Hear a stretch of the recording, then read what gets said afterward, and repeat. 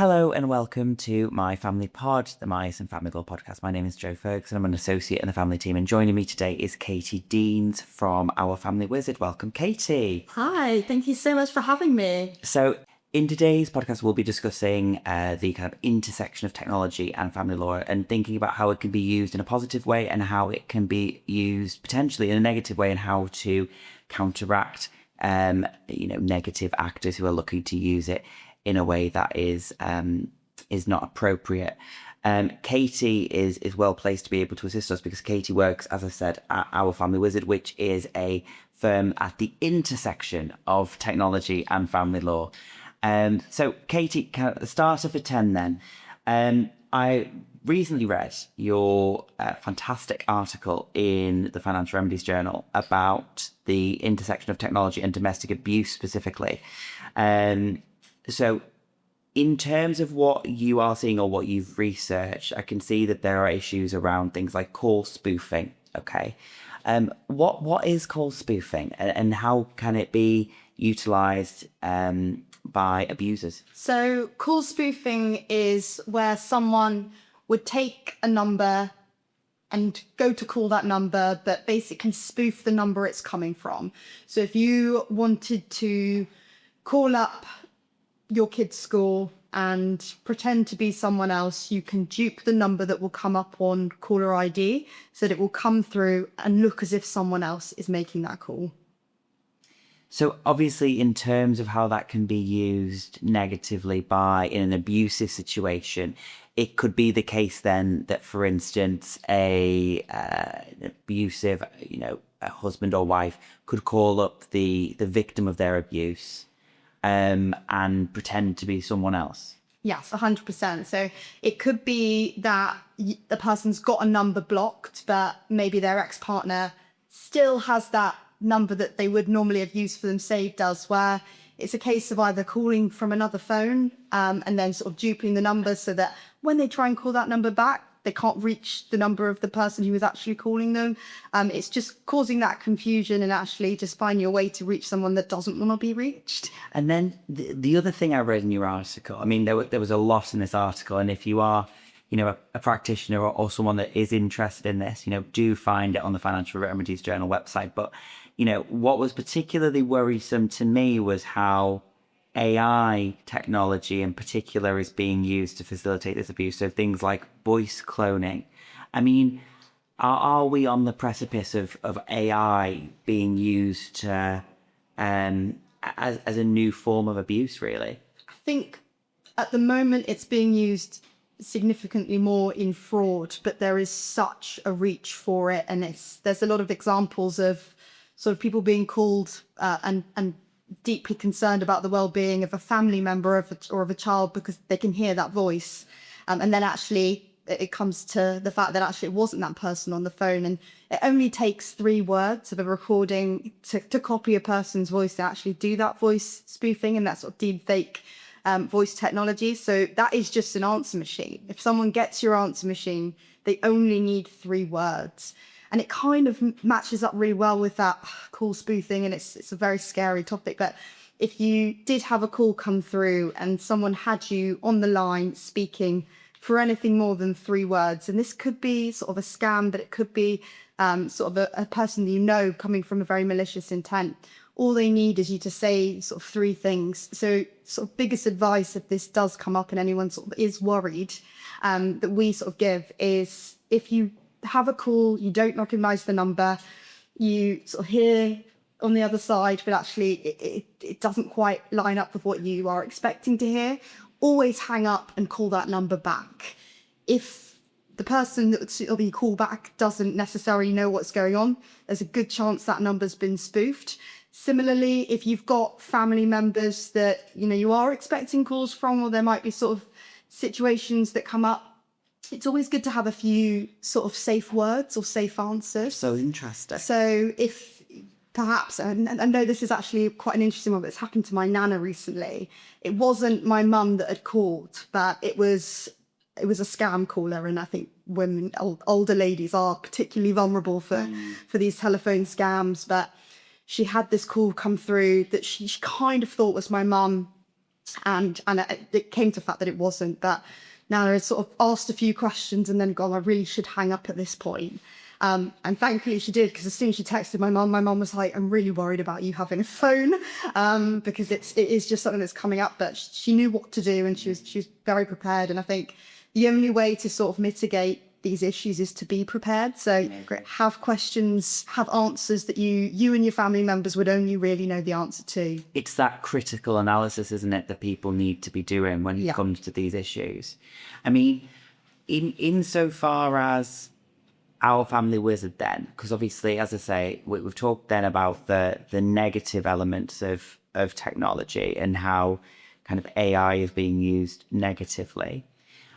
But it also provides a lot of opportunity in terms of family law, doesn't it? To provide for better communication between parents, to think about how we are communicating with one another and making sure it's as effective as possible. And that's where something like Our Family Wizard comes in. Now, Our Family Wizard, for listeners who don't know, is an application for your mobile phone. And what it does is it allows you, and I'll let Katie go into the detail of the features, but it allows you to build a better co-parenting relationship with your with the other parent. I often recommend Our Family Wizard, and the reason is because of the depth of features that are offered. But what I was interested to learn when I was doing my research was actually Our Family Wizard, despite the fact that it was before the iPhone, has been around since 2001. Yeah, so we're nearly up to 25 years now. Our Family Wizard itself has been co-parenting longer than most co-parents will ever have to. And there is really that 24, 25 years of experience that's gone into the app. We have very much designed it around platforms and made it look and feel like platforms parents will have used before, but very much tailored the style of communication to streamline it, to get really to the root of the issue, so these child-focused issues, and finding ways to navigate them without necessarily having all the nastiness that might have gone on as well previously. So in terms of the history, that it was originally a US-based company, wasn't it? And obviously now they've got a UK arm. What I love particularly about Our Family Wizard is that it's UK GDPR compliant, isn't it? Yeah, so although we were originally over in the US, we came over to the UK 7 years ago. We've got a separate UK entity here. We're actually the only co-parent app in the UK. With that entity, I think a lot of the other ones have bases elsewhere. But actually, we have a separate version of the app here. So when parents are signing up in the UK, they are signing up to a UK product, and we are sort of then obligated to comply with GDPR regulations. But parents' data and safety and security is always really kind of the forefront of a lot of the things that we do. We want parents to feel secure. We work with family law professionals to make sure that the version that we have here in the UK is the best version that we can offer parents here. And I think what you've just said is really important. I think that it's very clear from my dealings with Our Family Wizard that the intent is always making this the best possible experience for co-parents, working with legal professionals to make it as smooth and streamlined as possible. I mean, you're very clearly very passionate about the app itself. Tell us about it. What are the features, that people can look to experience on the app? So of the features, we have a messaging feature, which looks and feels like an email inbox, very similar sort of style, but with time stamping. So you'll know when the message was first received, sent, but also when it was first viewed, and those can't be turned off. The key sort of element of our messaging is the fact that none of them can be edited or deleted. And actually, sort of documentation is a big USP of Our Family Wizard. It's the fact that they can't delete messages afterwards. So normal behaviours that maybe have happened in the past, like gaslighting and things like that, they can't get away with the sort of things that they've done. It's very much being able to sort of keep parents accountable because they are accountable, and actually what they should be focusing on is the well-being of their child at the end of the day. So it's having that sort of log of information. We've got a calls feature, which looks and feels like WhatsApp video, FaceTime. They all look the same. Ours is no different, but again, with that sort of theme of documentation. So we've got time stampings of when sort of who, when the call was initiated, when they'd answered, but also if you mute, unmute, if you turn your camera on or off again, all of that information is timestamped as well. An extra sort of security measure of the calls feature is that they don't need phone numbers or email addresses to facilitate those calls. So again, it's just another way that we have thought about trying to keep parents safe as they need to be. And we know that a lot of quite vulnerable parents do end up sort of using us. So it's another way of sort of keeping that safety at the sort of forefront. We have the option to turn consent on and off for calls as well. So if they don't want calls coming through at certain times of the day, they can toggle consent off. They do timestamp when they toggle that consent. So there's also that transparency that if you had a 5 o'clock call scheduled on a Wednesday night and at 4:58, they toggled the consent off. That is documented. It's that extra transparency that you don't always get if that number was blocked on FaceTime or WhatsApp, etc. No, it's very much been thought about from the point of view of what do I need to document, and that's incredibly important, not just from a cynical point of view, but from a point of view of accountability. And I think that ultimately co-parenting is often about this concept of accountability, and people really struggle with it. I think it's really interesting that the messaging features are similar to email. And I imagine, and correct me if I'm wrong, that was probably intentional because it avoids that kind of speedy text message, how dare you send it, and then, all of a sudden everything's up in arms. Yeah, and actually alongside that, we have a feature called ToneMeter. ToneMeter is sort of the trademarked feature of our Family Wizard. ToneMeter itself, we've had for about 4 years now. We very recently introduced an AI version of ToneMeter. The AI version of ToneMeter is completely optional. We are not trying to push the use of AI on anyone that is not comfortable in using it. Parents are free to opt in, but also opt out at any time if they don't want to be using the AI version. Those who don't will still benefit from the original functionality of ToneMeter, which sort of works like a spell check, but instead of picking up spelling mistakes, it's flagging up inflammatory language. So in real time, as that person is writing that message, it will come up with sort of 1, 2, 4 bars that are red, telling them that it's a negative message and actually flagging up the phrases that they might want to think about rephrasing. What ToneMeter doesn't do is stop them sending the message, and it doesn't filter the language. So parents always have autonomy and control to send what they want to send if they really, really want to send it. It carries a bit of extra weight because it's been flagged up. That parent has made that conscious decision to exercise their autonomy and send that message regardless of what their co-parent might think. ToneMeter doesn't show up for the recipient. So nobody is opening up a message with 3 red bars underneath, letting them know it's negative before they've had a chance to read it. 9 times out of 10, when we receive negative messages, we know about it. We don't need 3 red bars reminding us. The 1 time out of 10 that a parent maybe hadn't clocked that it was a negative message, if we'd have put those red bars underneath, we'd have caused an issue that wouldn't have already been there. There is also nothing stopping a parent from copying and pasting that message into their own ToneMeter if they are curious to see what was flagged up. But it's more of a tool for the sender just to make them more conscious and aware. And I think it's that, you're so right, it's that consciousness, because I think it's so easy because we text day in, day out. It's so easy to just drop, it's in 2 seconds and it's gone. And you don't necessarily have any considering whether that is the appropriate tone to take with the mother or father of your child. And I think it can be really, really helpful if people are interested in terms of monitoring their language. And I think it's a way of, particularly early doors in terms of a separation, people learning how to communicate in an effective way. Because if you look at the ToneMeter and you go, okay, that's flashing red, that can't be good, and all of a sudden you start tampering with it and finding what your voice and your co-parenting voice should be, I think it can be a really powerful tool. In terms of the AI element of it then, Katie, what does that entail? It does almost exactly what you've just described. So the AI version, instead of just flagging it up, gives them the option to have a suggested redraft of that message.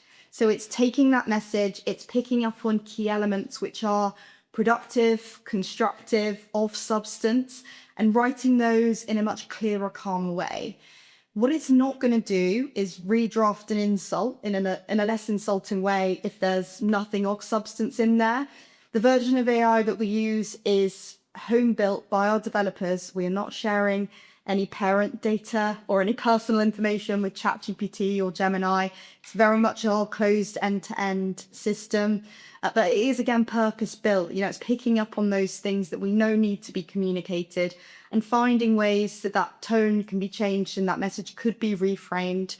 And actually then, by the use of the sort of ToneMeter and using that sort of redrafting process, parents are sort of seeing exactly how the small changes in the way that they phrase their messages can actually make quite a big difference.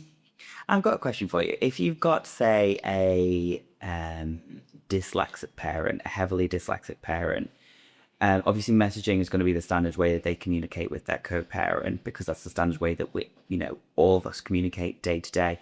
Is there a voice to text option on our Family Wizard? So it would be the same as you would use sort of dictation on your iPhone to write a message anywhere. It's the same sort of thing. It will still sort of write it into this messaging and flag things up there and then. It's sort of the way that your phone works. If you've got that integrated into your phone, so most iPhones will have that capacity to sort of do the voiceover, but it doesn't work with sort of sending voice note files. So if they're sending a file of their voice that isn't sort of dictated, it's not picking up on the sort of tone in that. So I'm hearing there's no good reason why all of our lovely listeners cannot be on our Family Wizard then and be using the functionality to get the most out of their co-parenting relationship. Now, obviously these things typically would come with a price. Okay, there are different pricing options, I understand, with our Family Wizard.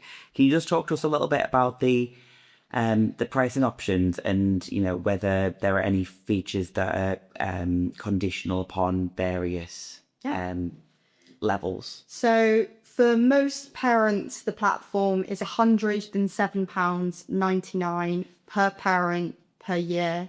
We only give the option of an annual subscription.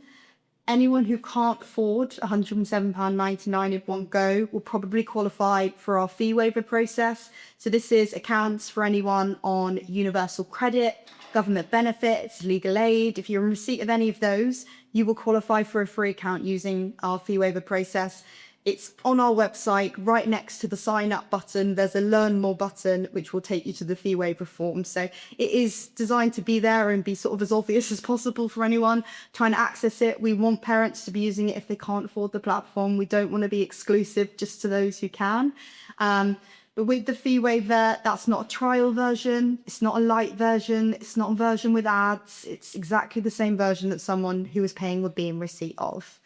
So with our sort of essentials package, which is that £107.99, parents get 45 minutes each of outgoing call time per month. So that is sort of 90 minutes in total if they both have that package. They can both have different packages if they want to. It will vary family to family, but they have that 90 minutes in total. We find that most parents don't use that full 90 minutes. I think most use less than 40. It's about sort of 10 to 11 minutes a week on average. And if they do run out of their 45 minutes mid-call, we don't cut it off. We don't bill them for extra minutes. We don't eat into the other parent's minutes either. We let that call take its natural course. It just means that if they need another call later that month, the other parent might need to initiate it. The only other sort of difference between that package and the next step up, which is premium, is file storage. Again, most parents aren't going to use all of their file storage. It's only contributed to by photos, videos, or sort of large files.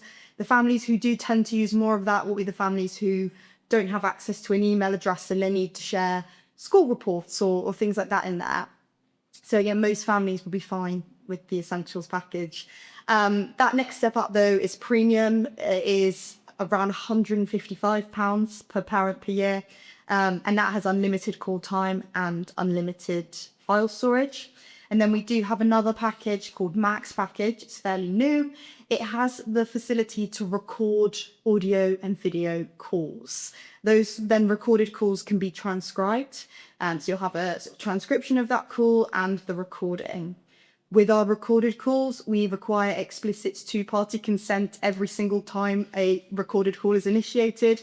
We are not trying to encourage any kind of issues with parents being recorded without their consent or knowledge, but it can be a tool to sort of help facilitate sort of contact and that might need to be sort of overseen by a professional later without necessarily having a professional sat in watching them every single time.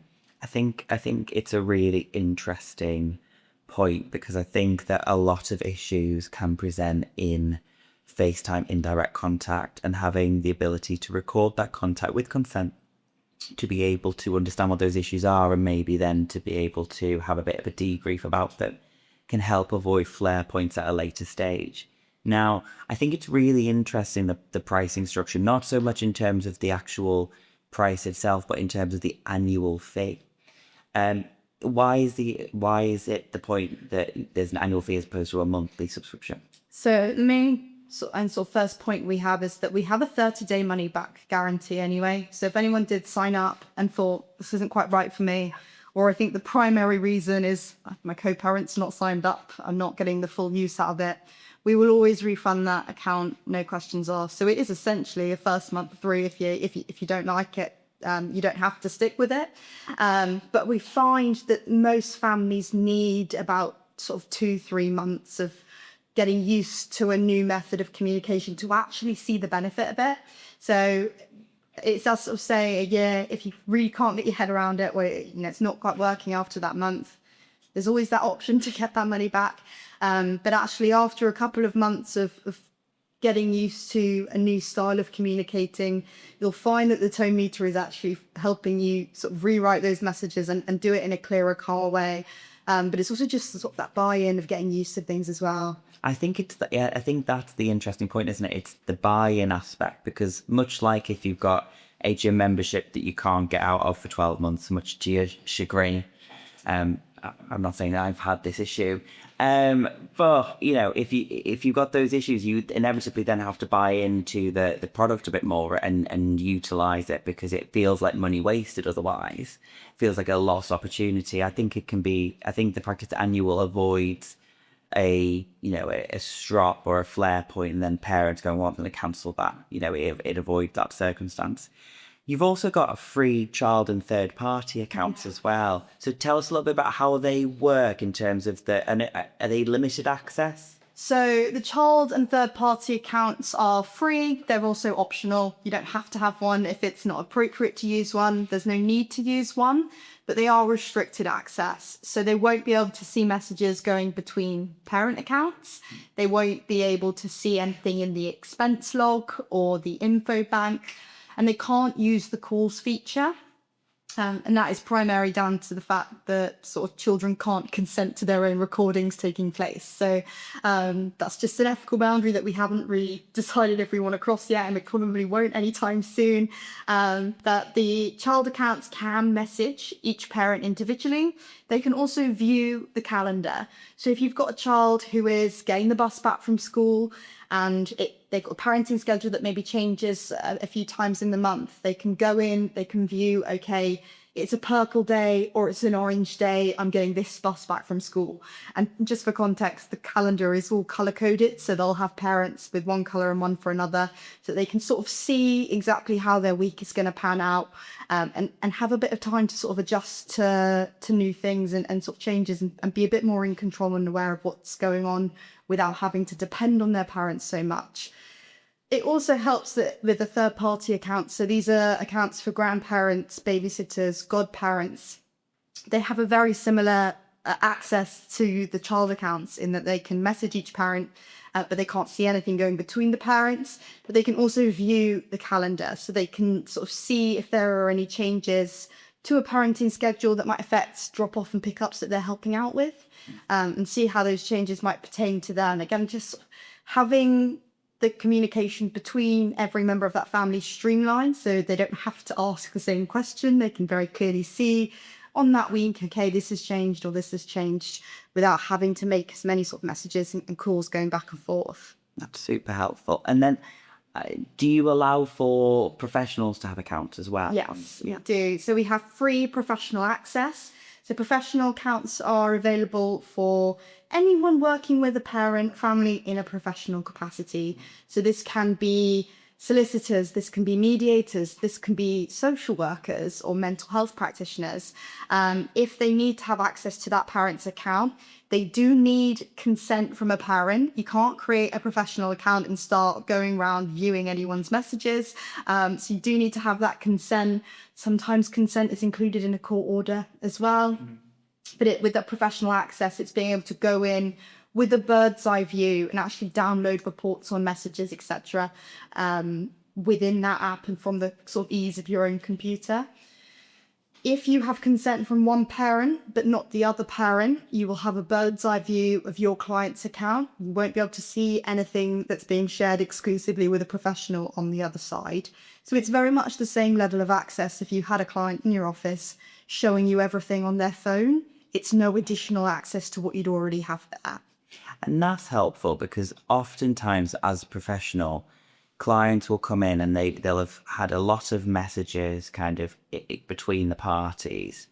And they'll come in and they'll be, full of frustration with the other parent because of what's gone on. And we have no idea what's going on, day to day. So with clients that need that kind of additional level of support, that can be super, super helpful. In terms of Our Family Wizard more generally, I think it's quite interesting to think about how you've supported the legal space around, in family law, because it's not the case where this app is acting in isolation. You're actually working a lot with legal practitioners like myself, looking at things like parenting plans, aren't you? Yes, we recently it was the National Association of Child Contact Centres. They actually came to us and they made this proposal that they wanted to put together a parenting plan template that was designed to be as accessible as possible. So having it in a sort of colourful style that didn't feel like just another form that parents are filling out in court every single week. It's very much a colourful PDF that can be done on their computer. But they sort of gave us an outline. They were happy for it to align as much or as little with the app as possible. And thankfully, there are a lot of features within the app that can sort of help and aligned really well with the sort of topics that National Association of Child Contact Centres wanted to include in there.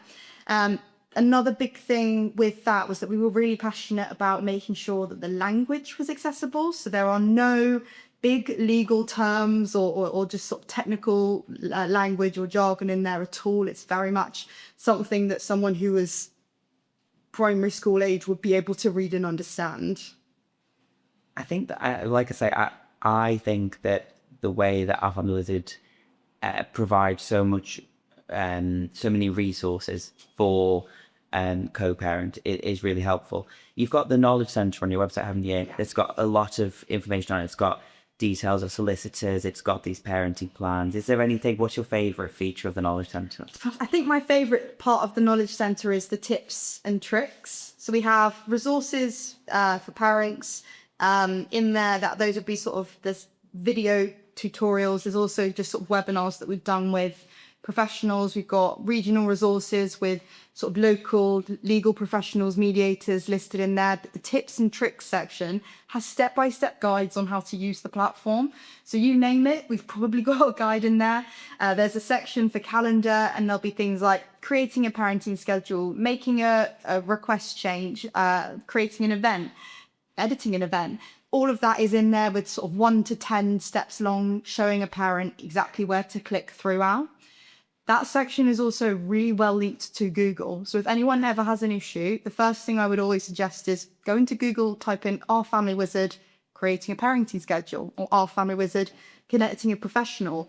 It will quite literally be the first thing that comes up for you. So you can then click and have this step-by-step guide there ready for you to use. So it's fantastic for the Luddites like myself who really struggle with their tech. If people are interested in Our Family Wizard, what's the website? Where can people find you? It's ourfamilywizard.co.uk if they want to sign up for the UK version. The easiest way to sign up is on our website, but you can sort of download the app on the App Store as well, and it would sort of redirect you to the sign up. That's all available there. But again, on that website, you'll have a way to navigate to the fee waiver criteria if you're looking for that. You can also sort of find the guides on how to set things up in there as well. Fantastic. So thank you so much for joining us today. If you have enjoyed today's podcast, please do feel free to give us a like and follow on Apple Music or Spotify. Thanks for listening. Take care.